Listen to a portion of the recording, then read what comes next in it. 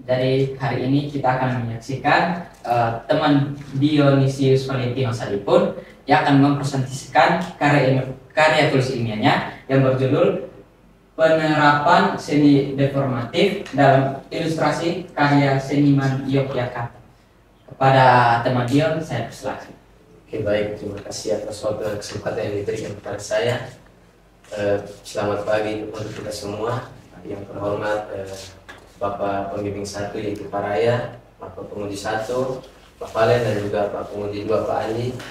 Terima kasih karena telah berkesempatan untuk hadir dalam presentasi karya tulis ilmiah saya pada hari ini. Jadi sini saya akan mempresentasikan hasil penelitian saya dengan judul Penerapan Seni Deformatif dalam Ilustrasi Karya Seniman Yogyakarta. Baik, langsung saja kita ke bab 1 yaitu pendahuluan. Ada di sini latar belakang yang saya ambil, yaitu di Indonesia sendiri telah banyak seniman yang telah menciptakan karya-karya luar biasa dan unik dengan ciri khas mereka masing-masing. Salah satunya ialah seniman bernama Yogyakarta. Dalam beberapa ilustrasinya, sekilas kita melihat tidak adanya bentuk yang jelas atau abstrak. Namun ketika kita melihat dengan teliti pada karyanya, kita dapat melihat bahwa terdapat objek-objek atau bagian-bagian yang telah direkonstruksi serta diubah bentuknya sehingga tidak lagi terlihat bentuk asli dan realistis, juga proporsi dari objek tersebut, namun tetap menampilkan struktur dari objek tersebut secara garis besar. Hal itulah yang disebut dengan seni deformatif. Nah, oleh karena keunikan karya seni yoga inilah yang melatar belakangi saya dalam mengambil judul ini.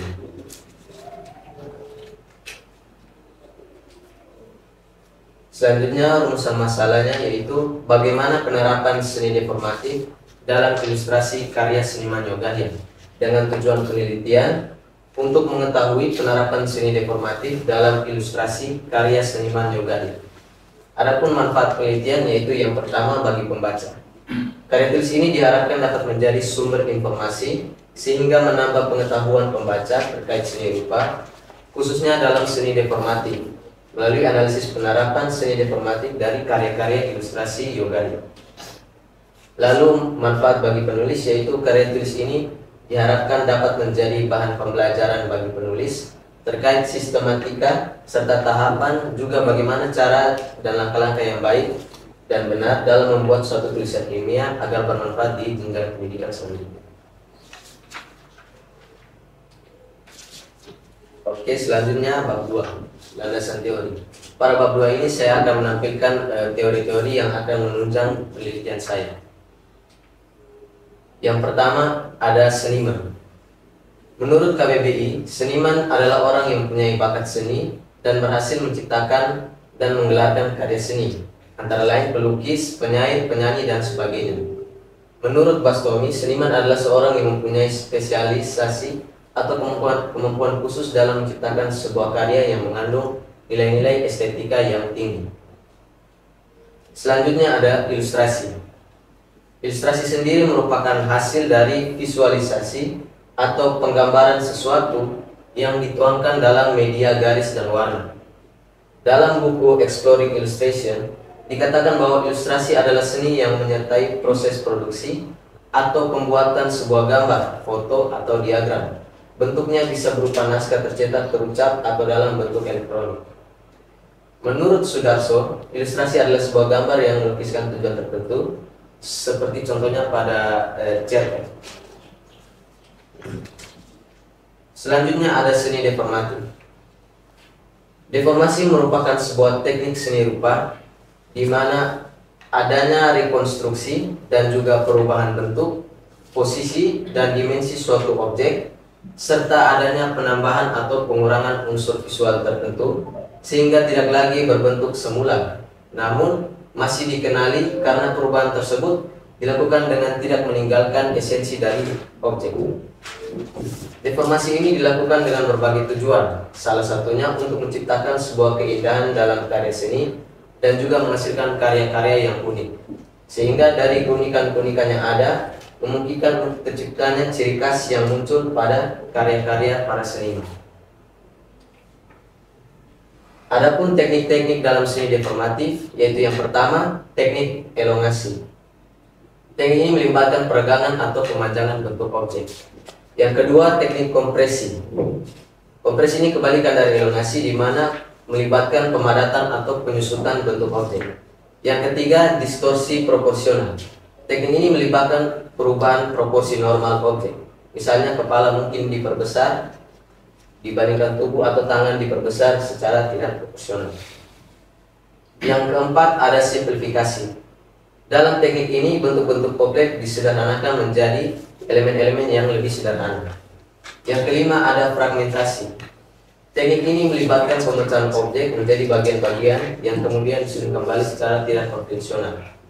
Yang keenam, ada metamorfosis. Dalam teknik ini, suatu bentuk secara bertahap berubah menjadi bentuk lain. Yang ketujuh, ada hibridisasi. Teknik ini melibatkan penggabungan elemen-elemen dari objek atau makhluk yang berbeda. Yang kedelapan, ada abstraksi parsial. Dalam teknik ini, beberapa bagian objek dibuat abstrak, sementara bagian lainnya tetap realistis. Yang ke-9, deformasi perspektif. Teknik ini melibatkan distorsi aturan perspektif normal untuk menciptakan sudut pandang yang tidak biasa. Dan yang ke-10, ada tekstur deformatif. Selain bentuk, tekstur juga bisa dideformasikan untuk menciptakan efek visual yang lebih menarik. Adapun karakteristik dari seni deformatif, yang pertama, perubahan bentuk yang disengaja. Ciri paling mendasar dari seni deformatif adalah adanya perubahan bentuk yang disengaja dari objek aslinya. Yang kedua, tetap mempertahankan esensi objek.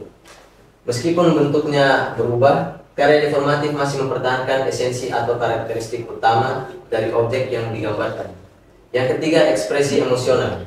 Seni deformatif sering digunakan untuk mengekspresikan emosi atau keadaan psikologis tertentu. Yang keempat, penekanan pada aspek tertentu. Seniman deformatif sering melebih-lebihkan atau menonjolkan aspek-aspek tertentu dari objek untuk menciptakan efek visual atau emosional yang kuat. Yang kelima, interpretasi subjektif. Karya deformatif mencerminkan interpretasi subjektif seniman terhadap realitas. Yang keenam, eksperimentasi dengan proporsi. Seniman deformatif sering bermain-main dengan proporsi, mengubah ukuran relatif bagian-bagian objek. Yang ketujuh, adanya penggunaan warna yang ekspresif. Selain bentuk, warna juga sering digunakan secara non-konvensional dalam seni deformatif. Yang kedelapan, penggabungan elemen yang tidak biasa. Karya deformatif sering menggabungkan elemen-elemen yang dalam realitas tidak mungkin bersatu. Yang kesembilan, fokus pada garis dan bentuk. Banyak karya deformatif yang memberikan penekanan khusus pada garis dan bentuk suatu objek. Dan yang ke-10, narasi visual yang kuat.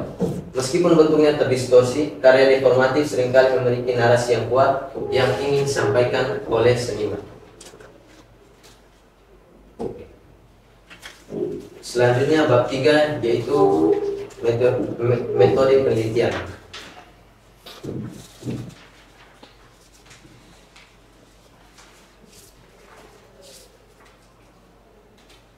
Yang pertama, ada jenis penelitian. Metode penelitian yang digunakan dalam karya ilmiah ini adalah metode penelitian kualitatif, di mana kualitatif sendiri adalah penelitian yang menggunakan cara, langkah, dan prosedur yang lebih melibatkan data yang diperoleh melalui responden sebagai subjek yang dapat mencurahkan jawaban dan perasaannya sendiri untuk mendapatkan gambaran umum atas suatu hal yang diteliti.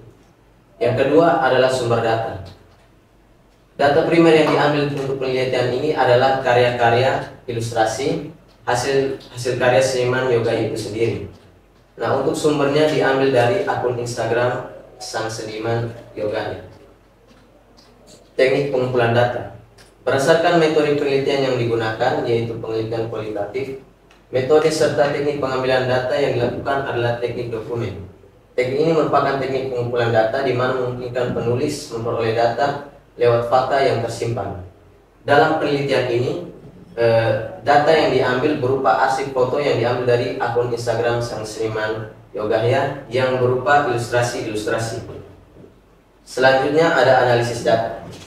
beberapa tahapan analisis data kualitatif, yaitu yang pertama reduksi data. Dalam tahapan ini, data akan dipilah dan juga dipilih sesuai dengan kebutuhan penelitian. Nah, dalam penelitian ini, data-data yang dipilih berupa ilustrasi-ilustrasi dari seniman Yogyakarta itu. Selanjutnya adalah penyajian data. Penyajian data ini dilakukan untuk menampilkan data yang sudah direduksi ke dalam bentuk-bentuk tertentu. Dalam penelitian ini, data yang telah direduksi akan disajikan ke dalam bentuk gambar dan juga tabel yang disertai dengan deskripsi. Selanjutnya adalah penarikan kesimpulan. Pada bagian ini, informasi yang diperoleh dari data yang sudah disusun dan dikelompokkan kemudian disajikan.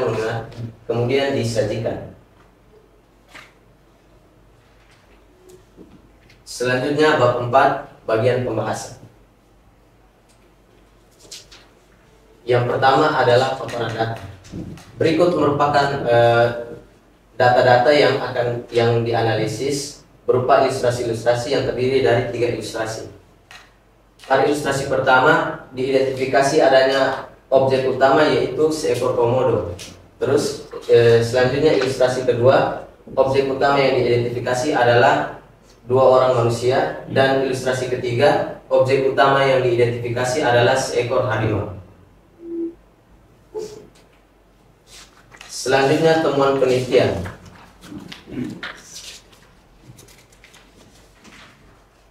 Temuan penelitian ini didasari oleh analisis penerapan seni dekoratif pada ketiga ilustrasi karya seniman Yogyakarta berdasarkan teknik-teknik serta karakteristik dari seni deformatif itu sendiri.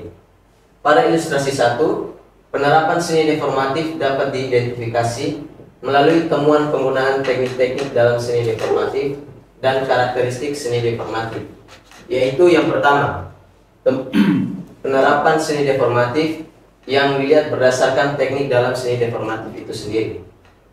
Yang pertama ada teknik simplifikasi. Teknik ini merupakan teknik di mana dalam seni deformatif di mana adanya penyederhanaan objek menjadi sesuatu yang lebih sederhana dan lebih simpel. Hal ini dapat kita lihat dalam ilustrasi 1, terkhususnya pada bagian mata. Di sini para penguji dan juga para pembimbing bisa melihat bahwa mata dari seekor komodo itu dibuat lebih sederhana, membentuk huruf U, sehingga terciptanya suatu karya seni baru yang lebih simpel. Lalu yang kedua, adanya penerapan seni deformatif berdasarkan teknik tekstur deformatif. Tekstur deformatif sendiri merupakan teknik dalam seni deformatif di mana sang seniman menggunakan tekstur-tekstur tertentu yang dapat berupa pola-pola ataupun corak pada bagian objek. Di sini kita dapat lihat bahwa pada keseluruhan objek ini terdapat pola-pola dan juga corak yang menyerupai batik. Yang di corak-corak ini terdiri atas warna oranye dan juga warna kuning. Lalu selanjutnya, adapun identifikasi penerapan seni deformatif yang dilihat dari karakteristik seni deformatif itu sendiri. Yang pertama adalah perubahan bentuk yang disengaja. Hal ini dapat kita lihat pada bagian kuku dari objek komodo ini, di mana sang seniman membuatnya lebih luas dan juga terlihat lebih dinamis, sehingga dia itu kelihatan seperti api pada lilin. Selanjutnya ada penggunaan warna yang ekspresif. Karakteristik ini sendiri, penggunaan warna yang ekspresif ini merupakan salah satu karakteristik seni deformatif, di mana adanya penggunaan warna yang menciptakan kontras yang dramatis. Di sini dapat kita lihat penggunaan warna pada ilustrasi 1 ini tidak berdasarkan realitas, di mana warna seharusnya dari seekor komodo, melainkan sang penulis menggunakan warna hitam sebagai warna dasar dari objek tersebut, dan juga warna orange dan juga kuning sebagai corak dari objek tersebut. Hal ini dapat menciptakan kontras dan juga menciptakan gaya seni yang baru. Selain itu dapat kita lihat bahwa penggunaan warna yang ekspresif ini diterapkan pada bagian garis-garis tepi objek tersebut, di mana sang seniman itu membuat warna dari garis tepinya itu menyatu dengan warna latar belakang. Dapat kita lihat pada gambar ini, di mana hal ini menciptakan efek suatu objek yang terdiri atas bagian-bagian yang terpisah. Selanjutnya, ilustrasi 2. Temuan penelitian didasari oleh analisis penerapan seni deformatif pada ketiga ilustrasi karya Yogalia berdasarkan teknik-teknik serta karakteristik dari seni deformatif. Pada ilustrasi 2 ini, penerapan seni deformatif dapat diidentifikasi melalui penggunaan teknik-teknik dalam seni deformatif dan juga karakteristik seni deformatif itu sendiri. Yang pertama, berdasarkan teknik-teknik dalam seni deformatif. Yang pertama, teknik elongasi. Teknik elongasi sendiri merupakan teknik dalam seni deformatif di mana adanya pemanjangan suatu objek ilustrasi. Hal ini dapat kita lihat penerapannya pada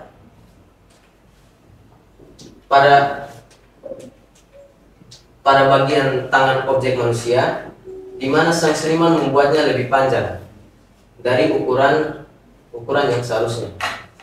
Selanjutnya ada teknik simplifikasi. Sama seperti ilustrasi pertama tadi, teknik simplifikasi ini dapat kita lihat pada bagian mata, di mana sang seniman membuatnya lebih sederhana dengan membuatnya berbentuk seperti huruf U.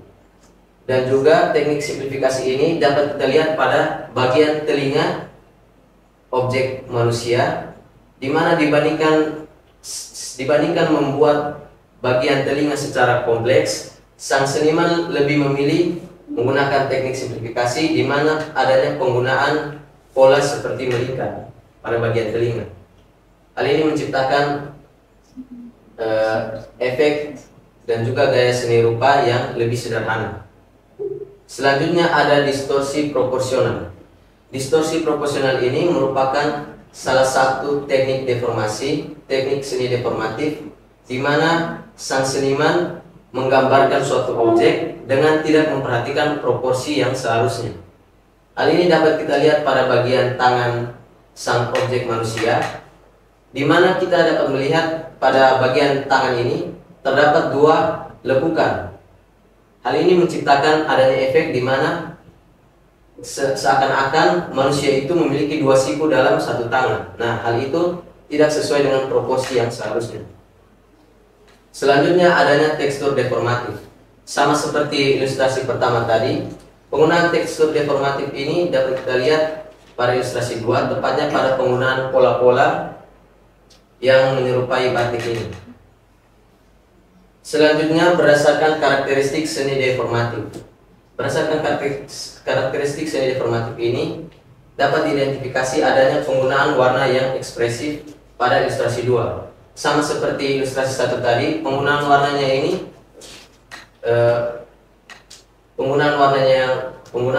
yang diambil oleh seniman Yogaya ini sangat tidak biasa, di mana objek utama digambarkan dengan warna hitam polos, juga dengan tambahan corak adanya warna merah dan juga orange. Selanjutnya ilustrasi 3. Sama seperti kedua ilustrasi, penerapan seni deformatif pada ilustrasi 3 didasari oleh teknik-teknik seni deformatif. Teknik seni deformatif dan juga karakteristik seni deformatif itu sendiri. Yang pertama ada teknik elongasi. Sama seperti ilustrasi 2 tadi, teknik ini merupakan teknik pemanjangan suatu objek ilustrasi, di mana penerapannya dapat kita lihat pada ilustrasi ketiga ini pada bagian ekor, di mana sang seniman membuatnya sangat panjang dan tidak sesuai ukuran yang seharusnya. Yang kedua ada teknik simplifikasi. Sama seperti ilustrasi pertama dan kedua, teknik ini dapat kita lihat pada bagian mata, di mana sang seniman membuatnya lebih sederhana. Yang ketiga, teknik distorsi proporsional. Hal ini dapat kita lihat penerapannya pada ilustrasi 3, tepatnya pada bagian badan sang harimau. Pada bagian ini, karena adanya penerapan distorsi proporsional, objek harimau ini seakan-akan seperti patah tulang, sehingga menyebabkan menciptakan adanya gaya seni yang baru dan lebih ekspresif. Selanjutnya, penerapan tekstur deformatif. Sama seperti ilustrasi pertama dan kedua, penerapannya ini berupa pola-pola yang menyerupai batik pada seluruh bagian objek ilustrasi. Selanjutnya, berdasarkan karakteristik seni deformatif. Yang pertama, adanya perubahan bentuk yang disengaja.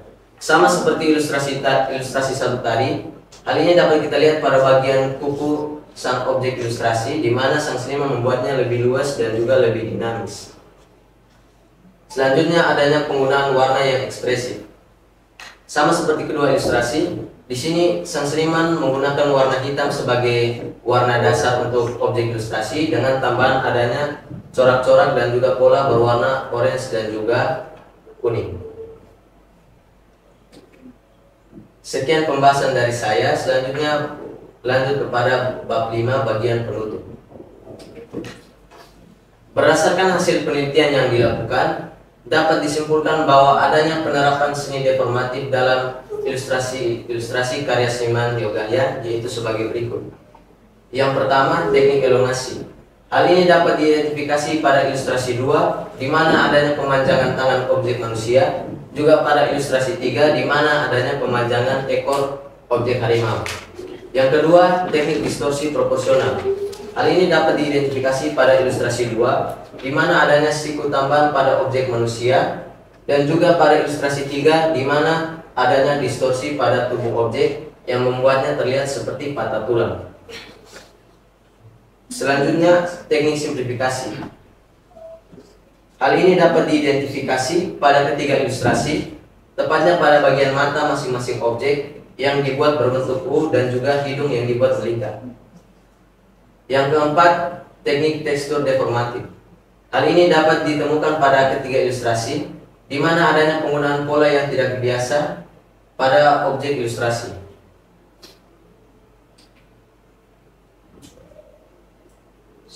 Selain berdasarkan teknik, penerapan seni deformatif dalam ilustrasi-ilustrasi karya seniman Diogaya ini juga dapat diidentifikasi berdasarkan karakteristik seni deformatif.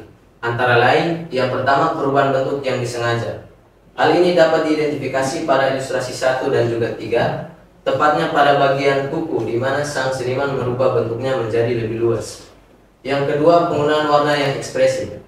Hal ini dapat diidentifikasi pada ketiga ilustrasi, di mana terlihat adanya penggunaan warna hitam yang dominan dengan corak orange dan juga kuning yang menciptakan kontras.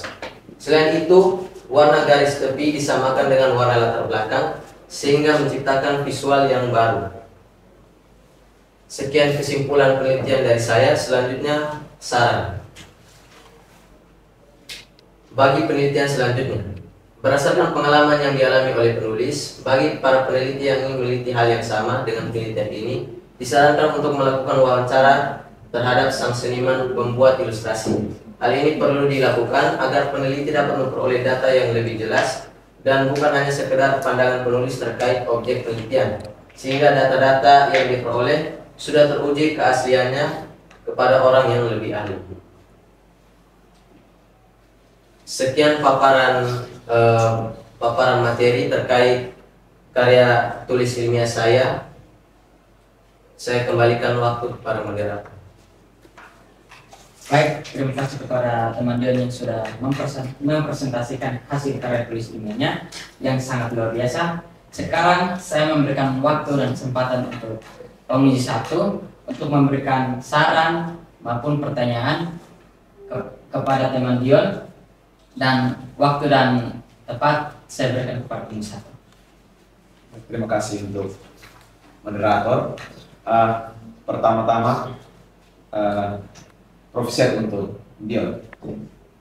Profesiat ini menurut Pak sebagai secara pribadi, karya ilmu ini cukup kompleks dan berat menurut Pak sendiri. Bagaimana kita melihat satu karya seni, lalu kita bedah itu secara kompleks. Menurut Pak luar biasa sekali sudah bisa membuat satu karya ilmiah tentang ini. apakah dia pernah buat pernah lihat ada yang sudah pernah buat penelitian tentang ketiga lukisan ini kah?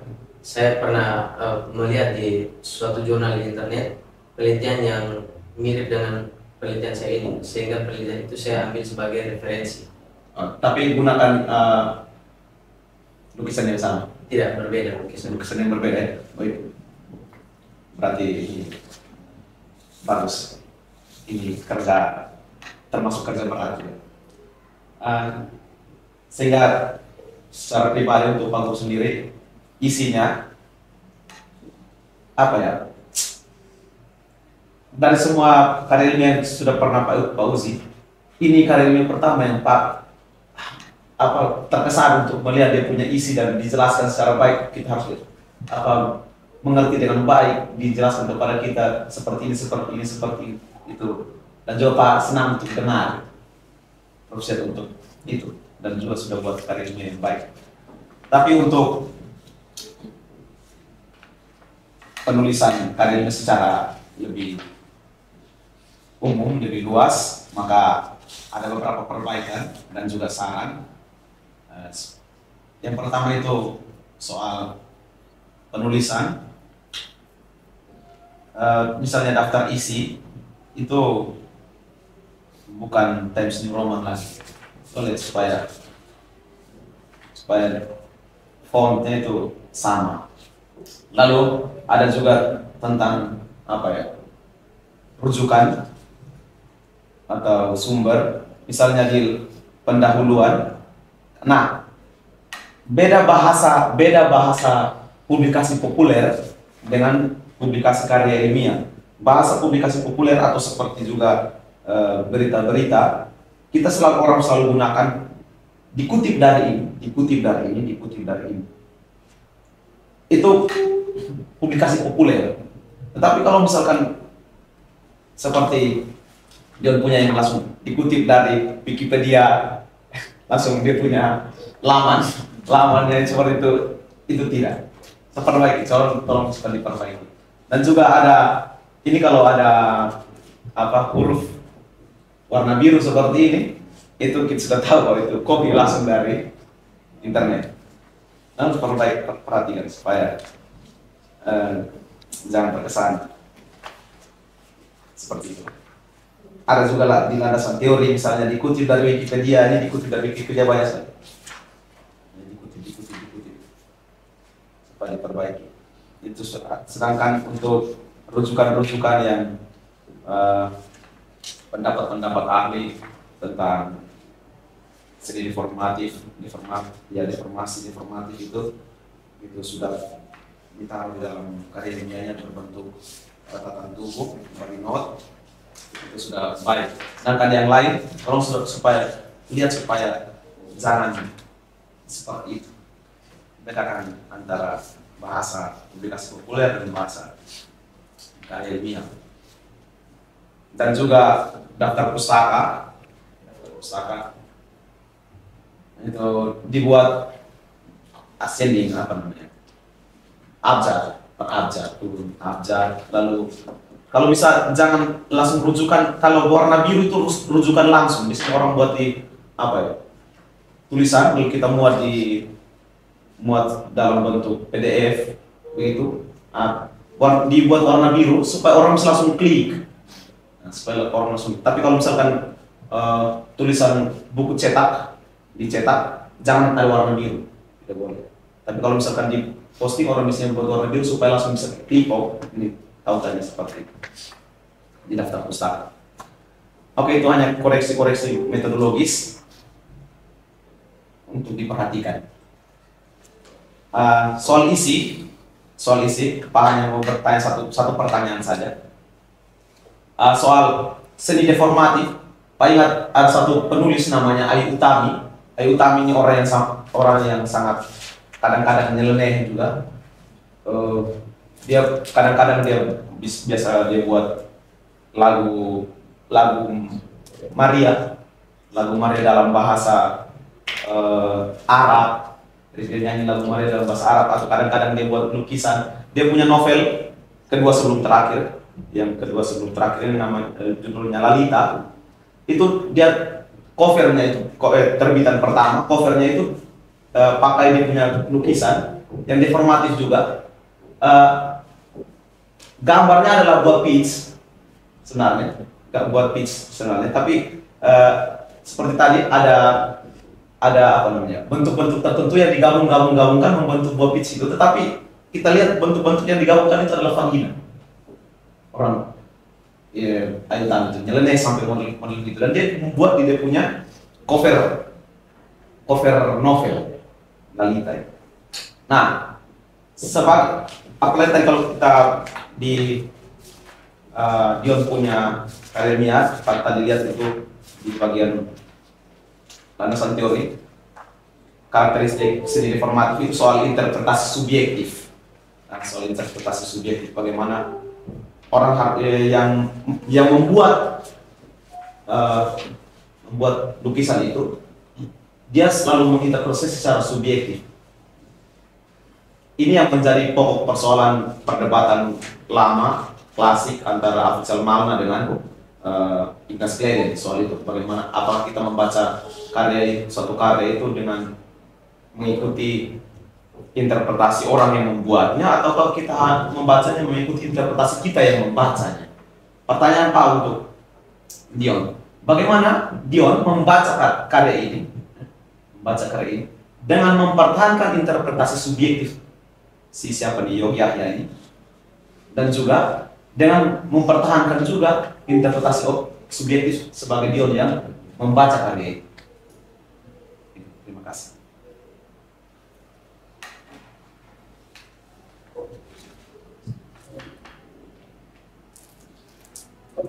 Mohon kau bisa ulang.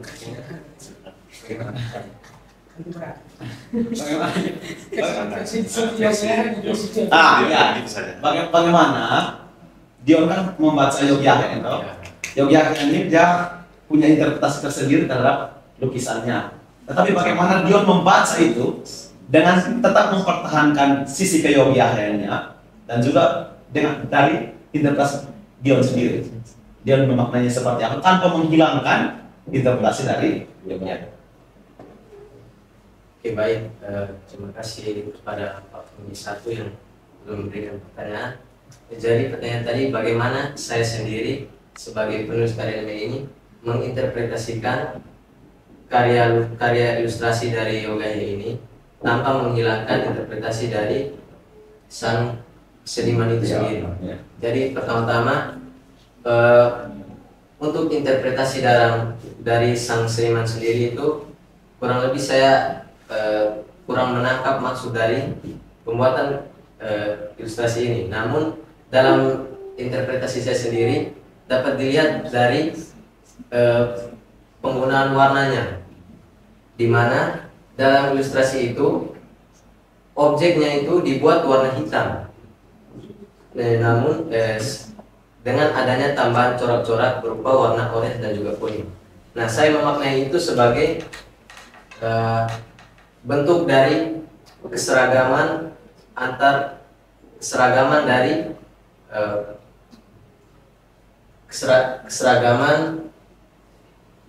bentuk keseragaman terhadap perbedaan yang ada, di mana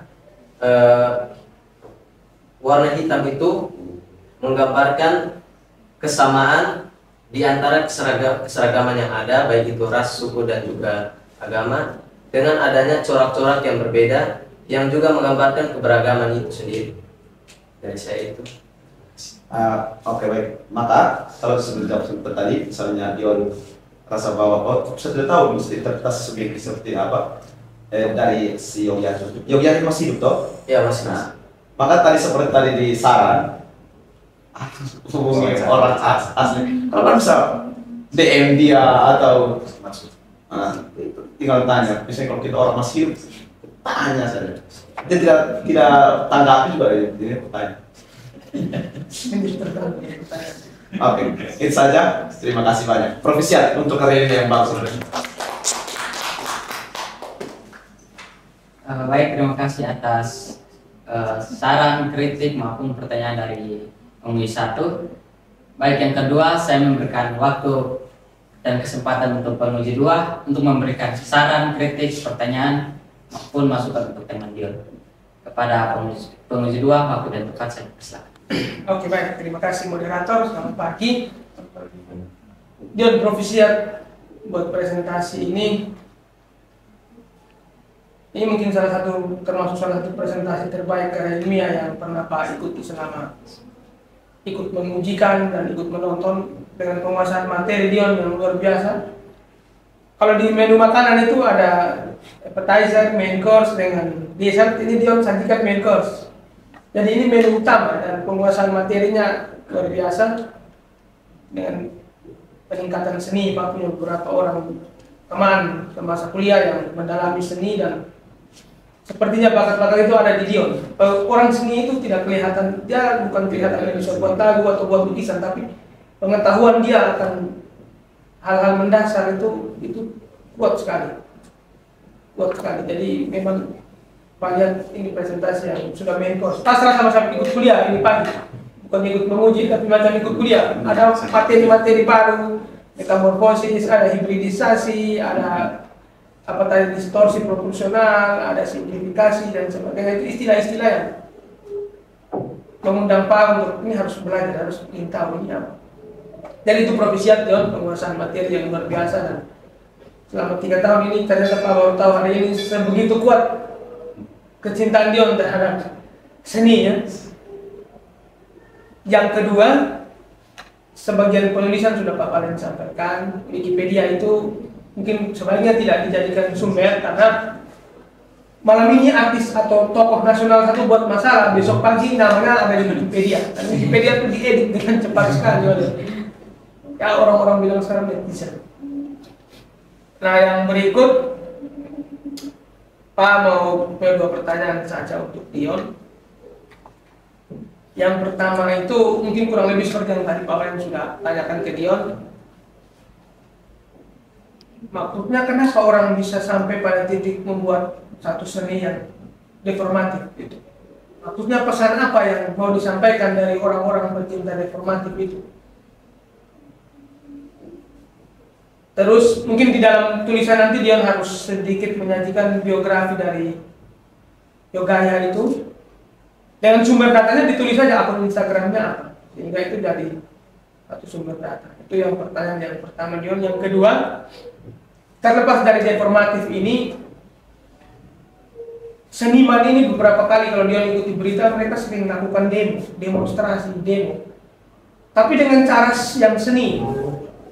Terakhir mungkin 1-2 minggu lalu atau bulan lalu ada satu seniman, dia bukan reformatif kayak. Namanya Rokiat di Banjarmasin. Dia lukis tikus Garuda. Jadi di dalam Garuda itu ada keluar mulut tikus, telinganya telinga tikus. Dan dia buat pameran tumpal dari Januari sampai Maret ini, tapi lukisan itu untuk keamanan, karena orang banyak protes, dia kasih keluar. Maksudnya disepakati untuk ini tidak masuk dalam pameran untuk keamanan. Rokiat, lukisan dia orang Banjarmasin. Kalau dia nanti dia bisa cek.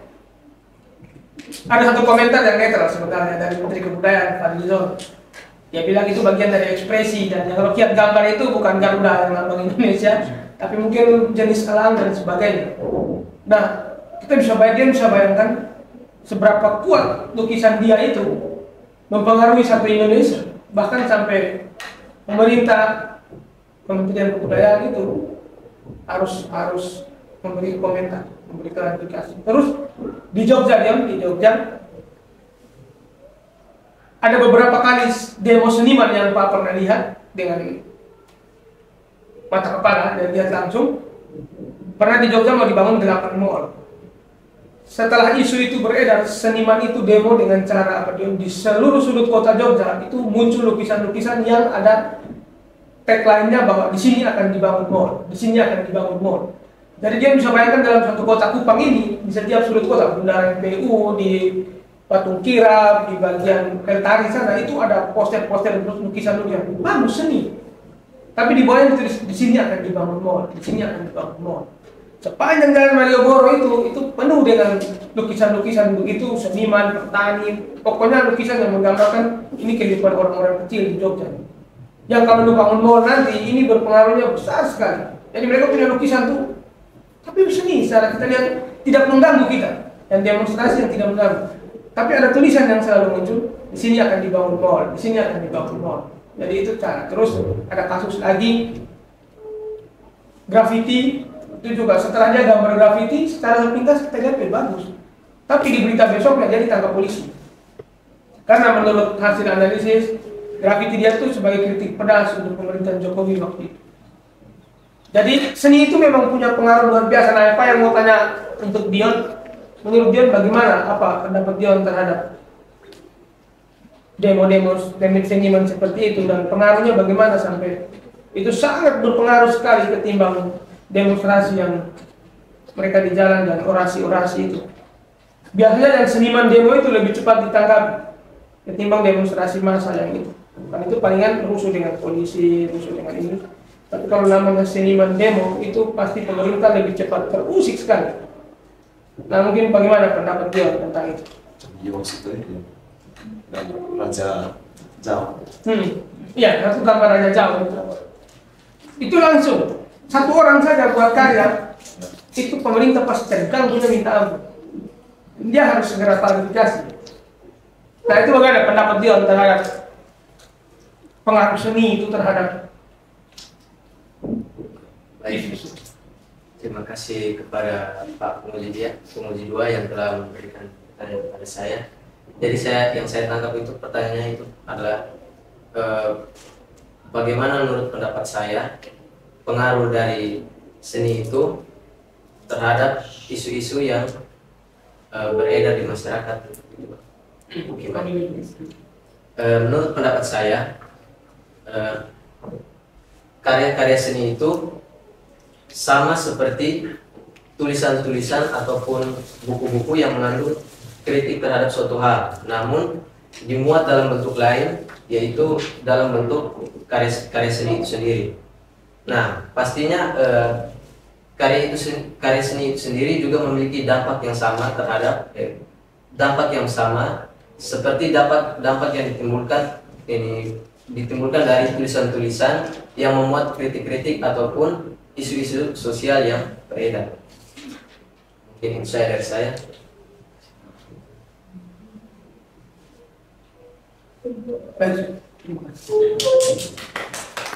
Baik, terima kasih kepada Penguji 2 yang sudah memberikan saran, masukan maupun pertanyaan kepada teman Dion. Sekarang waktu dan kesempatan saya berikan kepada pembimbing 1 untuk memberikan saran kepada teman Dion dan waktu dan tempat saya persilakan. Oke, baik ya. Terima kasih kepada moderator yang pertama, dan terima kasih juga kepada adik Dionysius Valentino Sadipun yang telah menyajikan karya tulis ilmiahnya tadi, dan juga terima kasih juga kepada Pak Valen selaku penguji 1 dan Pak Andi selaku penguji 2. Jadi selaku pembimbing ya saya juga berterima kasih atas beberapa temuan, kritik, saran dari para penguji. Harapan Pak Raya selaku pembimbing, poin-poin tadi yang disampaikan oleh Pak Valen itu seperti terkait dengan bagaimana nanti koreksi pada bagian metodologisnya itu diperhatikan, ya, penulisan daftar isi, lalu sumber-sumber rujukan itu juga diperhatikan, dan bagaimana pada daftar pustakanya. Lalu dari Pak Andi juga tadi menyampaikan ya, Wikipedia ya tidak dijadikan sebagai sumber juga nanti ya, bisa diperhatikan dan bisa diperbaiki. Lalu satu tambahan juga dari Pak Andi untuk dia nanti dalam katinya itu direvisi untuk menyajikan biodata dari yoga ya tadi, dari beberapa hal, beberapa poin yang bisa Dion tambahkan untuk revisi karya tulis ilmiahnya berdasarkan temuan dari Pak Valen dan Pak Andi. Mungkin hanya itu dari saya kembali kepada moderator. Terima kasih. Baik, terima kasih atas saran yang sudah diberikan kepada pembimbing 1 kepada teman Dion. Mungkin ada tambahan dari teman Dion. Baik, terima kasih kepada para penguji dan para pembimbing. Jadi ini soal biografi tadi yang Seniman Nurgahayu itu. Nah, sebenarnya dalam penulisan penelitian ini saya sudah mencari melalui berbagai sumber, baik itu di Instagram atau internet dimanapun, tapi tidak menemukan biografi dari sang seniman. Makanya saya tidak masukkan ke dalam. Dia sembunyi. Kan bisa dipercaya. Baik, Bisa jadi juga bukan nama asing. Iya. baik, terima kasih atas tambahan dan teman Dion. Kami saya dan sebagai dengan teman-teman dengan Pak Guru berpihak untuk teman Dion yang sudah mempresentasikan hasil karya ilmiah yang sangat luar biasa. Demikian presentasi kita pada hari ini. Saya sebagai moderator mengundurkan diri. Sekian dan terima kasih.